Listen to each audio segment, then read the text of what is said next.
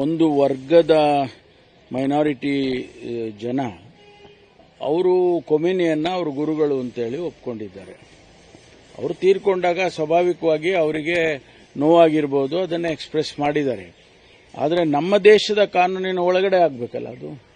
ಅದಕ್ಕೆ ಅವರು ಪ್ರೊಸೆಷನ್ ಮಾಡೋದಕ್ಕೆ ಪರ್ಮಿಷನ್ ಕೇಳಿರಲಿಲ್ಲ, ಅವರು ನಾವು ಕೊಟ್ಟಿರಲಿಲ್ಲ. ಆದರೂ ಮಾಡಿದ್ದಾರೆ ಅಂತೇಳಿ ಅವ್ರ ಮೇಲೆ ಈಗಾಗಲೇ ಕೇಸಸ್ಸನ್ನು ರಿಜಿಸ್ಟರ್ ಮಾಡೋದಕ್ಕೆ ಕ್ರಮ ತಗೊಂಡಿದ್ದಾರೆ ಪೊಲೀಸ್ನವರು.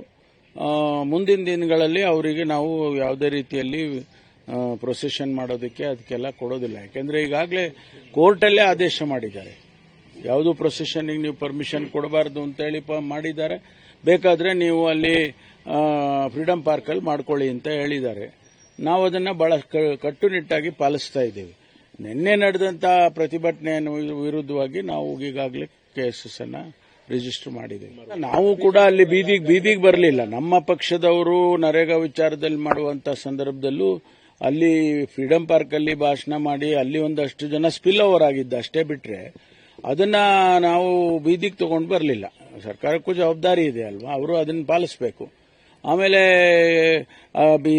SIR ಮಾಡುವಂಥ ಸಂದರ್ಭದಲ್ಲಿ ರಾಹುಲ್ ಗಾಂಧಿ ಅವರೇ ಬಂದಿದ್ರು. ಅವರಿಗೂ ಕೂಡ ನಾವು ಇಲ್ಲ ನೀವು ಮಾಡಿಕೊಡೋದು, ಪ್ರೊಸೆಷನ್ ಮಾಡಿಕೊಡೋದು ಅಂತ ಮಾನ್ಯ ರಾಹುಲ್ ಗಾಂಧಿ ಅವರಿಗೂ ನಾವು ಹೇಳಿದ್ವಿ. ಹೇಳಿ ಆಮೇಲೆ ಅವರು ಕಾರ್ನಲ್ಲಿ ವೆಹಿಕಲಲ್ಲಿ ಹೋಗಿ ಎಲೆಕ್ಷನ್ ಕಮಿಷನ್ಗೆ ರೆಪ್ರೆಸೆಂಟೇಷನ್ ಕೊಟ್ಬಿಟ್ಟು ಹೋದ್ರು. ಅದರಿಂದ ಕಠಿಣವಾಗಿ ನಾವು ಇದನ್ನು ಪಾಲಿಸ್ತೇವೆ.